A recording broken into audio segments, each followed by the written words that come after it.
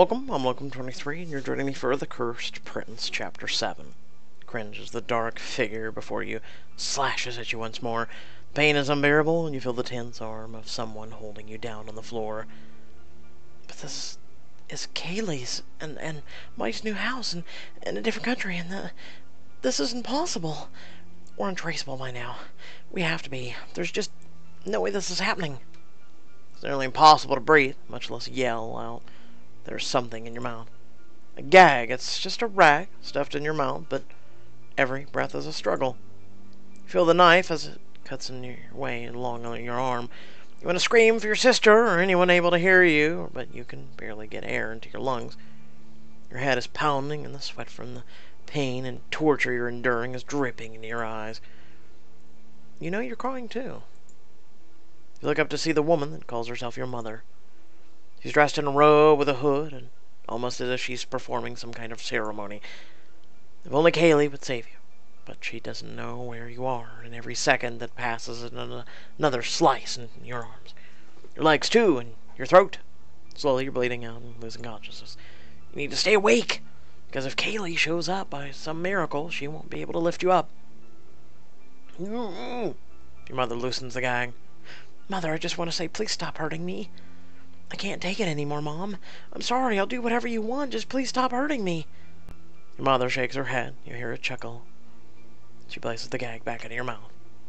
This woman is going to kill me. I can feel the anger seeping out of her. Every hit, every cut. I'm not going to give her the satisfaction of dying. I need to get out. I need to run. I need to... Suddenly you hear a voice that shouts, "Wake up!" You sit up suddenly, covered in sweat, and gasp. The voice telling you to wake up still lingers in your head. Almost felt like someone was in the room with you trying to wake you up. What an awful nightmare. I need to stop snacking before bed. Glad it wasn't real this time. My head feels so groggy. What did I even do yesterday? I remember talking to Marjorie, told her about Cyrus, but I don't remember her leaving or when I went to sleep. Whatever, I guess. What can I really need right now is a hot shower. Gingerly peeling the bandage away from your neck, you see the mangled flesh underneath. Yikes. I think this gives me the heebie-jeebies. I should have gotten stitches, but people would ask too many questions. After cleaning up, you pack up some clothes and supplies in your bag. Oops, looks like I can't go to school today either. What a bummer. Not. It's a new day and a new me, and I'll wear something. Hoo-hoo-hoo.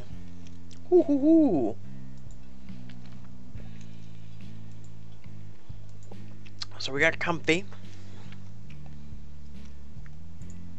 I like tough. And you're gonna be cleaning in that. Okay, let's go with tough. Singing like a badass demon slayer will give me the confidence I need to beat Cyrus's ass if he steps out of line again. Alright, I'm ready to go.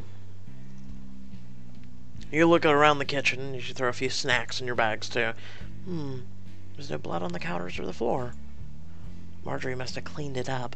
Nice of her, I guess, and slightly creepy. You fire up your scooter and drive back up the road to the castle. I need to clear my head, and what better way than going back to the castle and going on a cleaning spree?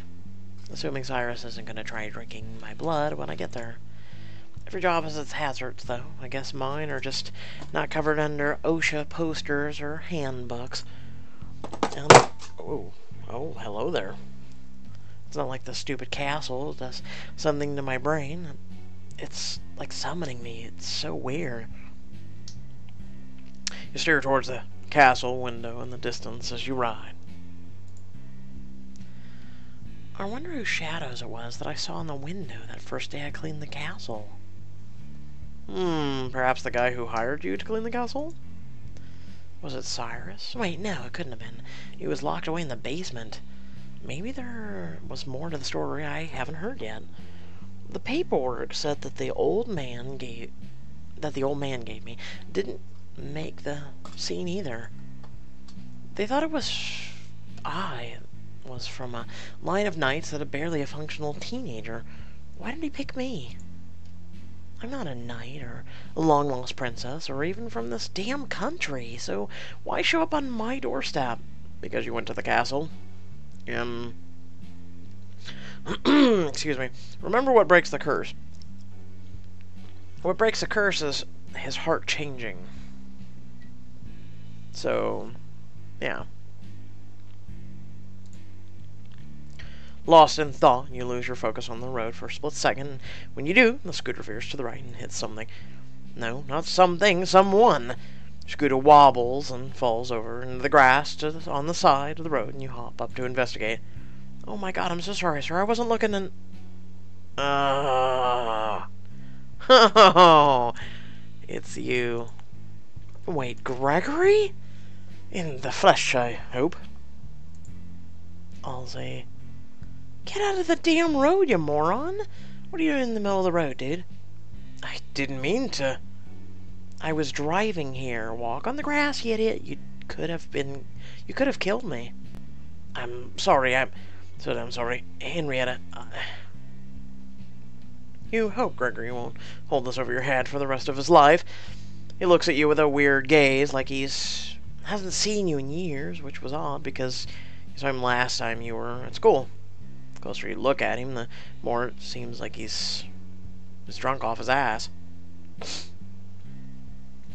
Henrietta, that's really you, Rhea, yeah? Visiting meeting you in the wilderness like this? He's slurring his words. Yikes. What do I even do with this idiot? Leave him here. Hey, Greg, get home and sober up. Oh, come off it, Henrietta. It's just a good time, you know? Just a bit lost heading to my mate's house for the real party. And maybe the pre-gaming got a bit out of hand. Oh, all right. You got me then. I'm screwed up. Care to give me a lift? On my moped. No way. That's just another crash waiting to happen. But I'll point you in the right direction. You'd best take the back road so no cops see you. It's down the hill from here, hang a left, and then another left.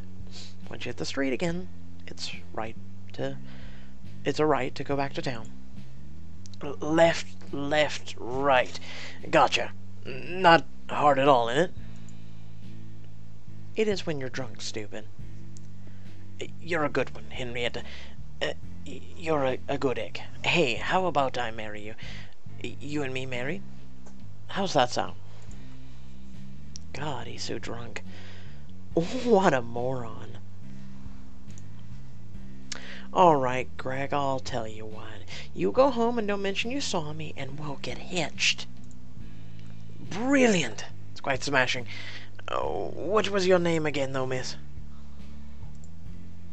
It's Henrietta from school, and I need to get going, so just get a move on, okay?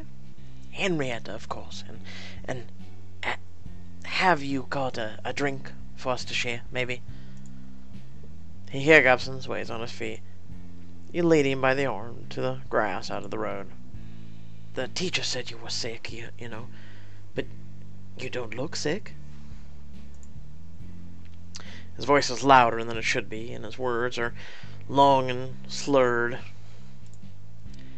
At least tomorrow he won't remember that I ran him over with my scooter. Go home, Gregory, drink some water. You take off on the scooter and pack it at the castle. You unlock the door and head for the kitchen. Look around and see the book Cyrus had so crudely made it of himself. I don't want to touch it again, but I need to know what it says. Are you done throwing your fit, and have you decided to rejoin the party? Ugh. It's like he appeared out of nowhere, but I can't give him the satisfaction of knowing he spooked me. I'll say. Are you done being a brat? You have the maturity of a 5-year-old, and you're a spoiled brat if you think it's throwing a fit to leave you after you attacked me. If you can behave, then I will get back to work, and you won't be alone for another few hundred years. If you can behave, then I'll be on my way. Cyrus is silent, almost seems ashamed. Cyrus nods in agreement with your terms. Good. What's your deal, anyways? Going from decently pleasant to attacking me in no time at all? My deal? Look. When the witch cursed me, she said the only way for the curse was to be broken is to find someone who cares for me, in spite of what I've done. In spite of the beast I have become. When they sent you here, I did not think you would be so unwilling to work with me. Cyrus circles forward and in front of you, keeping his red eyes on you as he moves. How did you make a shadow appear in the window that day, if you hadn't left the cell in 300 years? And how did that man find me when I was technically a black, when I'm not technically a black, and therefore not one of your knights you need? And how did you know someone was going to send me to you when you said you have had no contact with anyone? So many questions for such a small girl. I'll point out the... He can answer or be locked away forever. You will answer my questions, Cyrus, or so help me, I'll drag you back down to that cell and lock you up and throw away the key. You're not the one to be trying to belittle someone based on a physical characteristic. How would you like it if I called you red-eyed, flaky-skinned, spoiled-ass jerk? I would not like that. No, you wouldn't. I apologize. I hope you forgive me. That's better. I want to be reading through that disgusting book right now, but instead I'm having a staring match with a 300-year-old toddler. Why do you insist on answers to all these questions? Why are you not content with simply be ignorant like most women?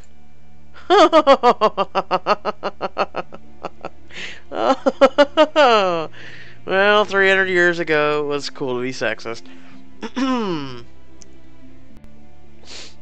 Of course you prefer me to be ignorant. It's much easier for you to try and manipulate me to get what you want. He seems surprised by your comment.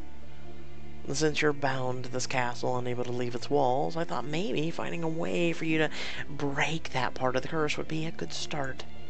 But if you don't want the help of a poor, stupid woman and her feeble lady brain, I guess I'll just find another idiot prince who appreciates my help. No! I understand. Times have changed. Your intellect, it impresses me. I believe I spoke harshly out of envy. It's not as if I don't have a capable mind, but I do not see myself adjusting well to the newness of this era. I apologize. You open the book and start reading, but the first page reads like ramblings of a madman. While you're looking, I suppose I shall explain myself to you. When I was first locked away in the cell, well, you may be able to imagine my rage. From that frustration and anger came new tricks I learned, usually the curses. There are not many positive things for one who is cursed. I may seem like a vampire, but I do not have any extra talents. I have speed, strength, and devilishly handsome looks. You ugly? You gotta be kidding me. I assure you I do not kid. Many would find my form alarming or even horrifying, myself included. I was joking, sigh. Gross sense of humor, would you? Looks aren't everything. You know, I'm sure that's part of what the witch wanted to teach you. Did you ever use your looks against anyone before you got cursed? I suppose I may have broken a few dozen hearts with my looks, and possibly had people put to death because of theirs. Of course, being a prince, it's the power that brings women to you. Not the looks, but they did always seem to be intrigued by my visage. Wow, yeah. You definitely deserve the curse. As of right now, I'm on the witch's side. In fact, call her up. I want to ask her to double curse your playboy butt.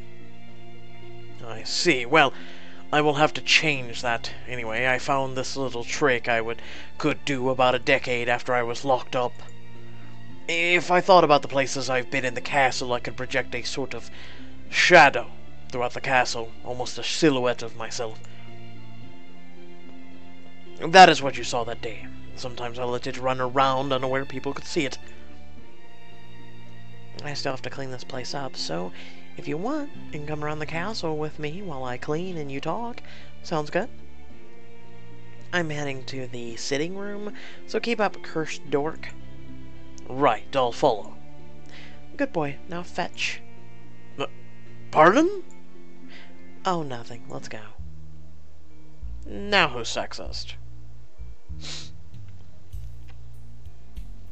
The only answer I have for you about the black family line question you asked me is that you must truly be from that line. You said it was your mother's last name? My mother took my father's last name when they were together. They never married. It was mainly because they were hiding, because they were horrible people. More horrible than me? Yes, my parents were more horrible than you. They set the bar very high for being the worst people on earth. You're a kitten wrapped in a rainbow compared to them. Oh, I'm surprised to hear that. Perhaps my outlook isn't so bleak, then. You get back to cleaning the cobwebs and dust. I must change your mind. That is how I will get the curse lifted from me, right? I suppose that's the reason you were picked, because of me. I lied when I said that I had been alone for all these years.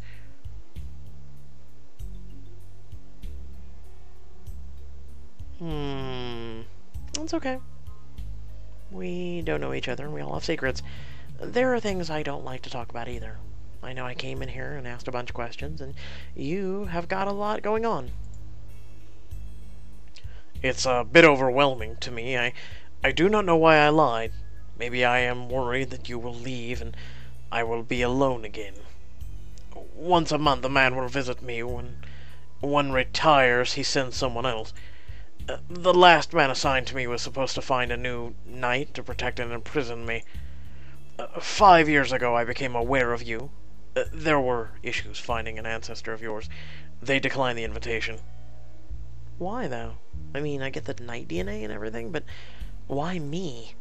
Why did the guy show up at my door and offer me a cleaning job?